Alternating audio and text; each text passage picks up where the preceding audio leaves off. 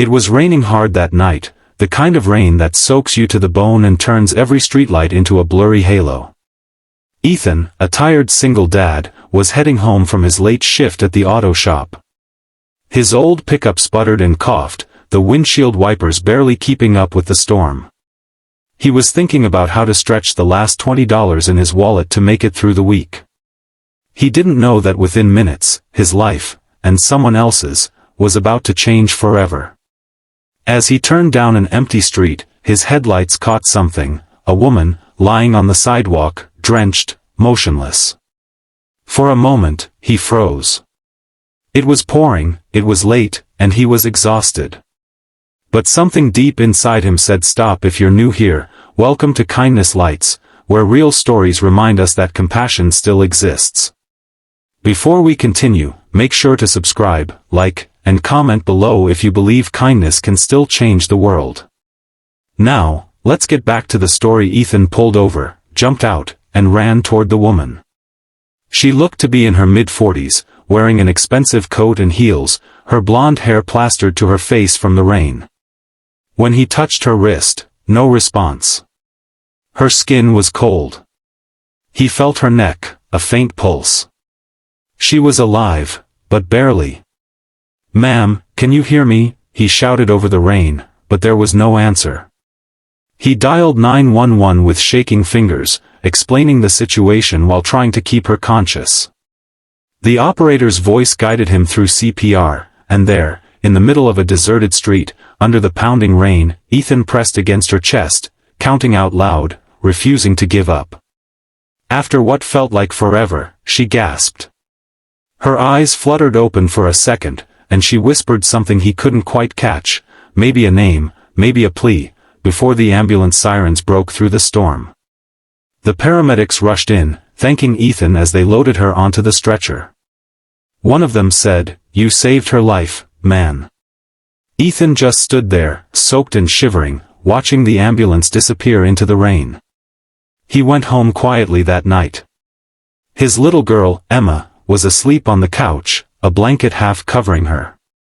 He tucked her in and sat beside her, thinking about the woman. Who was she? Did she have a family waiting? Would she even remember him? By morning, the storm had cleared. The world looked clean and calm, like nothing had happened. Ethan went to work as usual, changing tires, fixing engines, and pretending everything was normal. But deep down, he couldn't stop replaying that moment, the feeling of fighting for a stranger's life in the rain. That night, just as he was putting Emma to bed, there was a knock on the door. He opened it, and froze. It was her. The woman from the rain. She looked completely different now, healthy, glowing, wearing a soft smile instead of pain. Two men stood behind her, probably her drivers or security. "Mr. Reed?" she asked. "Yes," Ethan said slowly. "You're okay?" She smiled faintly. "Thanks to you. I'm alive because you stopped." Ethan didn't know what to say. He'd never had a billionaire standing on his doorstep before.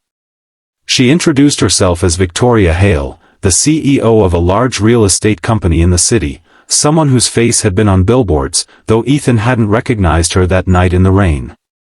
She told him how the doctors said if he hadn't acted when he did, she wouldn't have made it. "You didn't know me," she said softly. "And yet you saved me." Ethan shrugged awkwardly. Anyone would have done the same. But she shook her head. "No. They wouldn't have. Cars passed by.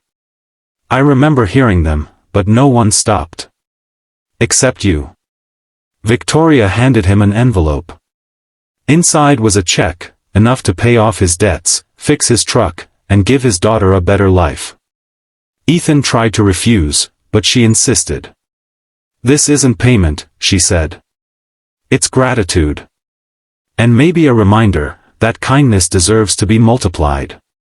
He finally accepted, not because of the money, but because of the look in her eyes, genuine, grateful, human.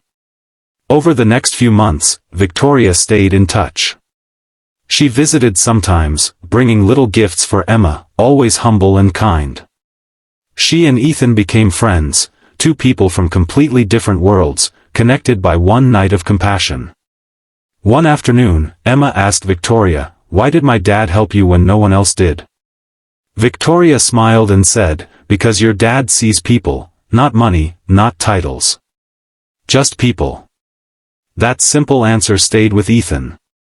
A year later, Victoria invited Ethan and Emma to a community event she sponsored, the opening of a new charity foundation dedicated to helping single parents in need. She named it the Reed Foundation, in honor of the man who reminded her that humanity isn't measured in wealth, but in kindness. When Ethan saw the banner with his name on it, he was speechless. He didn't see himself as a hero, just a father who did what felt right. But that night, standing beside Victoria and his smiling daughter, he realized something powerful: kindness doesn't need an audience. It just needs a heart willing to act. The story of Ethan and Victoria reminds us that the smallest act of kindness can ripple farther than we can imagine. You never know whose life you might touch, or how deeply they might touch yours in return. So the next time you see someone in need, don't look away. Don't assume someone else will step in. Be the one who does. Because kindness, real kindness, always finds its way back.